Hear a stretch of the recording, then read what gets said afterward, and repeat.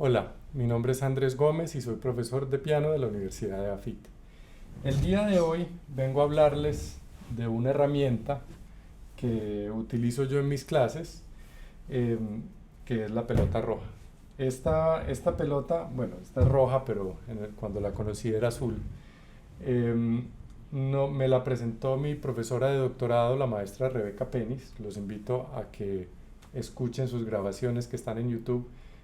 Hice una playlist de mis profesores, ahí hay un par de grabaciones de ella, una pianista absolutamente fenomenal y una pedagoga absolutamente fenomenal.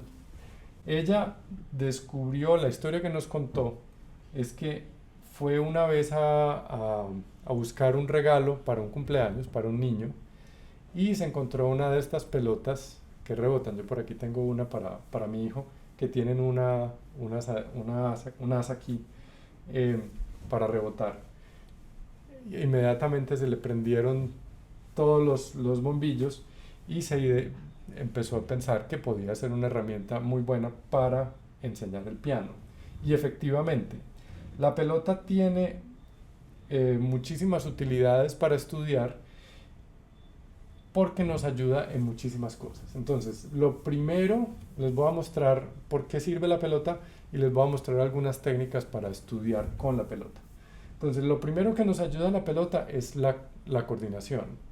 Acuérdense que tenemos los dos hemisferios del cerebro y esos dos hemisferios se tienen que coordinar de alguna manera. Nosotros cuando estamos estudiando, que a veces estudiamos con los pies así, que es un ejercicio que nos ponen a hacer mucho, estamos logrando ese tipo de coordinación. A los niños que tienen, por ejemplo, problemas con el desarrollo sensorial o que tienen algunos problemas de desarrollo en general, los ponen a trabajar con estas pelotas precisamente para lograr un poquitico de estabilidad, ¿sí? con la cadera y para que el cerebro como que logre conectarse con toda la parte sensorial que está viniendo de todos los órganos. La otra cosa, entonces, primero nos ayuda con la coordinación. Segundo, nos ayuda a aclarar los impulsos, esos impulsos que habíamos hablado que son abajo y arriba. Es perfecta para coordinar los impulsos. Por otro lado, nos ayuda, como nos está ayudando a poner los impulsos, nos ayuda a disminuir la tensión muscular y la tensión en los pasajes, por lo tanto los podemos tocar con mayor facilidad. Y por último, nos da también una estabilidad rítmica. No puedo parar de rebotar en la pelota. La cosa con el metrónomo es una muy buena herramienta, pero como ustedes saben, muchas veces los estudiantes o uno como estudiante tiende a poner el metrónomo y a olvidarse de que está estudiando porque ya supuestamente está estudiando con el metrónomo. Y una vez se quita el metrónomo, los problemas vuelven a estar. La pelota hace que nosotros seamos mucho más conscientes, o el cerebro en sí, el cerebelo, que es la parte que controla la parte motora, esté mucho más consciente de qué es lo que está pasando rítmicamente con el cuerpo y qué está pasando con las coordinaciones.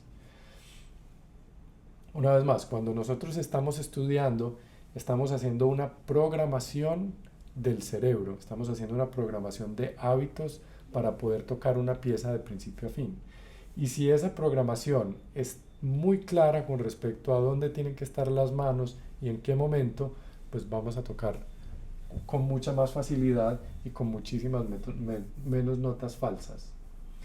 Bueno, entonces vamos a hablar un poquitico de cómo estudiar con la pelota o cómo acostumbrarse con la pelota, a tocar con la pelota. Entonces el primer ejercicio que les propongo que hagan, bueno, lo primero es que se compren una pelota, es simplemente con escalas y pueden empezar con escalas con impulsos de A2, 3 y 4. Entonces con 2 sería...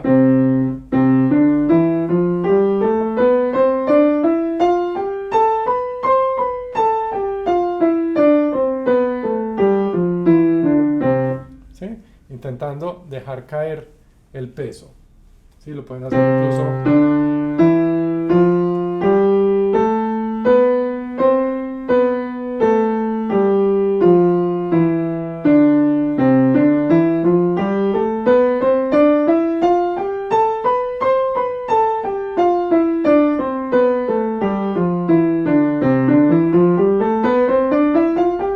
etcétera, con 4, con 5 si quieren.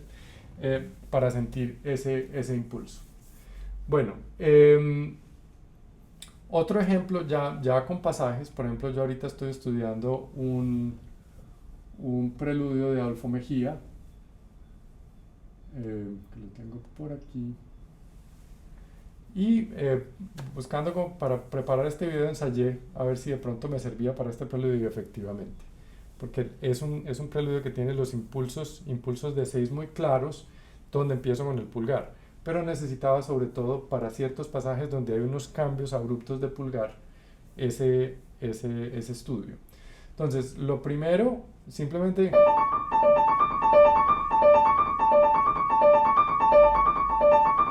¿Sí? Fíjense que estoy con un impulso cada 6. Si eso nos queda muy difícil, entonces podemos hacer, por ejemplo,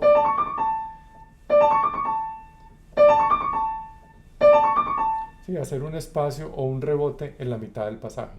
Esto lo podemos hacer con cualquier pasaje de semicorcheas, por ejemplo, que tengan. Hacer un grupo de 4.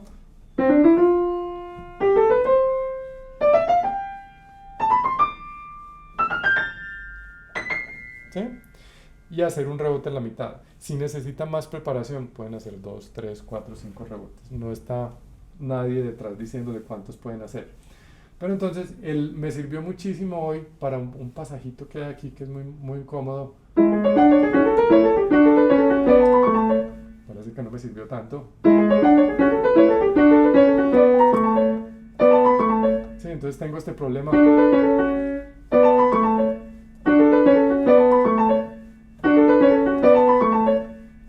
Entonces, ¿cómo lo estudiaría yo? ¿Cómo lo estudié hoy? Por pedazos.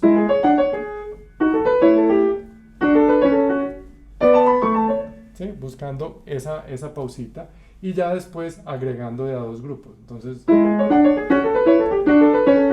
perdón. Con la pausa. Otra vez. ¿Sí?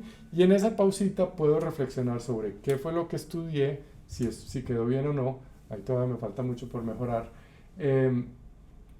Y cómo lo hice y cómo preparar el próximo evento.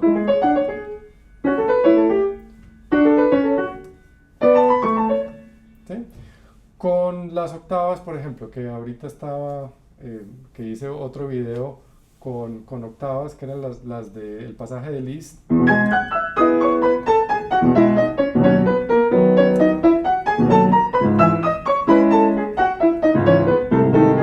Sí, para sentir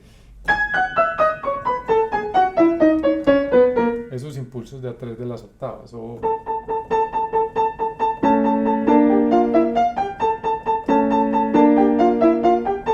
Ese estudio de Moszkowski que se los pongo mucho a mis estudiantes para trabajar octavas. Ensayen la pelota con semicorcheas, con pasajes que les esté costando, siempre sabiendo que pueden parar y pueden hacer rebotes en la mitad. A medida que van estudiando, pues obviamente van a ir creando un poquito más de resistencia.